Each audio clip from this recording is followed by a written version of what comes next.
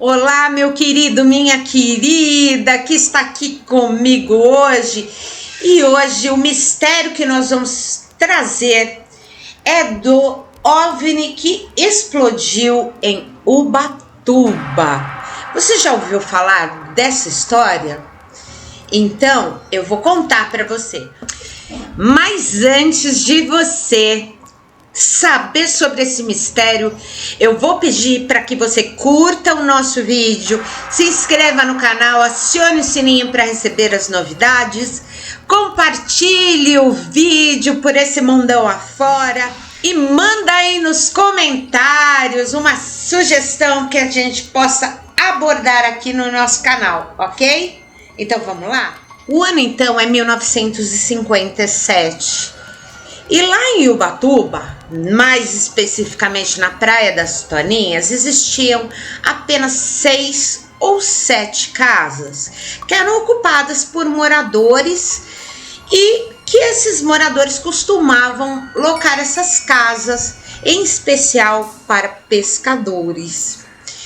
E alguns turistas visitavam a cidade e como não existia exatamente nenhum lugar para ficar, era um hábito comum o aluguel destas casas. No dia 7 de setembro de 1957, vários banhistas estavam ali na Praia das Toninhas quando viram um objeto voador não identificado descer rapidamente dos céus, manobrar sobre a Praia das Toninhas e, em seguida, entrar numa velocidade muito grande. E quando estava prestes a se chocar com a água, ele deu uma guinada para cima e explodiu em seguida. Liberou muitas chamas de cor branca e também muitos fragmentos sobre o mar e bem próximos aos banhistas. Algumas destas testemunhas, elas recolheram esses pedacinhos, do OVNI e perceberam que era um material muitíssimo leve. Parecia papel, apesar de ter uma aparência metálica. Alguns desses fragmentos acabaram sendo levados para análise em laboratórios especializados, Na verdade, assim, existem até fotos na internet com este material recolhido e que, assim, foi um grande e bombástico furo jornalístico para a época. Então, este fato inusitado ganhou as manchetes dos jornais, das revistas, e assim, estes pequenos fragmentos acabaram chegando ao Exército Brasileiro e aos militares que recolheram o material. A análise destes pequenos fragmentos é secreta até os dias de hoje. No entanto, parte desses pequenos objetos encontrados foram enviados ao renomado investigador de objetos voadores não identificados, Olavo Fontes. E o Olavo Fontes encaminhou-os ao Departamento Nacional de Produção Mineral, que era um órgão do Ministério da Agricultura sob a responsabilidade da tecnologista química Luísa Maria Barbosa, que passou então a analisar os pequenos objetos. Em um laudo que foi emitido no dia 24 de setembro daquele ano, esta profissional atestou que os fragmentos tinham aspecto metálico realmente de cor cinza, baixa densidade e que pesavam cada um aproximadamente 0,6 gramas. A análise revelou a presença de magnésio em altíssima concentração e ausência de outros elementos metálicos. Em outros testes, no ano de 1970, foi atestado que esse material sofreu uma fusão solidificada unidirecional, que na verdade é uma espécie de mistura a frio, uma técnica que era absolutamente impossível para a época. Além disso, é preciso frisar que o magnésio, apesar de ser um material bem leve, bem resistente, é facilmente inflamável. Diante do resultado desses últimos testes de 1970, chegou-se à conclusão de que os fragmentos foram fabricados, mas que na natureza terrestre não existe magnésio com essa concentração de pureza, que era mais ou menos de 99,9%. E não contente com isso ainda, Olavo Fontes pediu mais 2 exames que foram feitos pela APRO, Aerial Phenomena Research Organization, que é uma organização de pesquisa de fenômenos aéreos lá nos Estados Unidos da América, e assim se confirmaram as pesquisas dos órgãos brasileiros. Também Olavo Fontes entregou um fragmento ao Major Roberto Caminha, do Exército, e ao comandante José Geraldo Brandão, da Marinha, para que fossem analisados os fragmentos em âmbito militar. Mas Olavo Fontes diz que jamais recebeu os resultados. Este material chegou às mãos de Gary Nolan, que é um professor em patologia que comanda os laboratórios da Universidade de Stanford, lá nos Estados Unidos. Há 10 anos, Gary Nolan, ele analisa fragmentos de supostos OVNIs, certo? E ele disse que descartava a possibilidade de ser um meteorito, que foi uma hipótese aventada na época, né?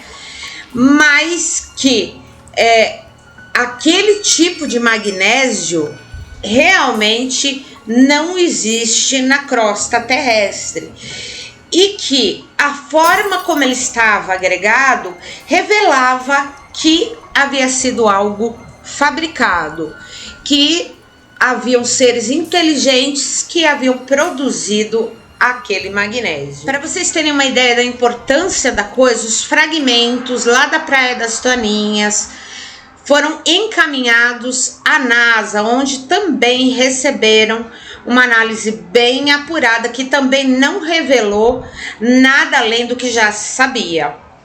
O ufólogo e pesquisador brasileiro Edson Boaventura Júnior, que é um grande especialista sobre esse caso de Ubatuba, ele conta que em 2016 recebeu uma carta de uma pessoa que dizia ser filho de um militar do Exército.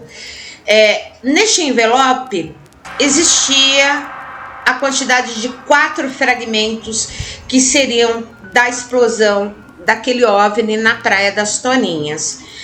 Para se certificar que realmente o material era verdadeiro, o Boaventura encaminhou o material para análise qualitativa e quantitativa para o Laboratório de Caracterização Tecnológica da USP, Universidade de São Paulo, que também encontrou aquela pureza absurda do magnésio, comprovando que realmente o material era legítimo.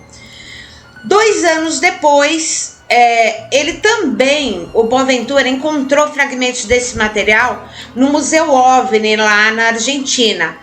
E ele também conseguiu a análise desses fragmentos que estavam na Argentina, comprovando que eram os mesmos, eram de mesma natureza, e que mais uma vez se evidenciava o fato de que aquilo não poderia ser organizado daquela forma pela natureza, mas sim por seres inteligentes, tá? E assim, esses materiais cruzaram o mundo, né? E o que há de certeza, segundo o Edson Boaventura Júnior, é de que os militares brasileiros, nas palavras dele, escondem a verdade sobre esse incidente lá em Ubatuba, né? Eles realmente colocaram as coisas de uma forma muito obscura com relação a um acontecimento tão importante e que foi tão ventilado na época. Um outro detalhe captado nas análises principalmente feitas nos Estados Unidos é que, além da pureza, além da certeza de que aquele material foi manufaturado, outro ponto a se considerar é que os isótopos, né, desse magnésio colhido, eles são muito diferentes dos isótopos das jazidas do magnésio encontrado na Terra. Os isótopos são átomos de um mesmo elemento químico que possui a mesma quantidade de prótons, ou seja, o mesmo número atômico, mas se diferenciam no seu número de massa, certo? Seu número de massa é diferente porque a quantidade de nêutrons do núcleo é diferente, certo? Enfim, os testes comprovaram que esse é um dos materiais mais importantes a respeito de objetos voadores não identificados, da existência de inteligências extraterrestres, mas que tudo ficou oculto por uma camada de poeira, né?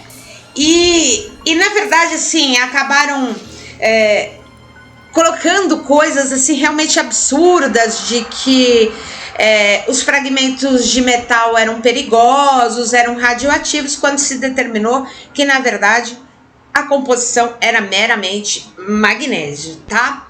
Apesar desse incidente aí em Ubatuba, com a explosão deste OVNI, não repercutir da mesma forma lá que o caso Roswell, né?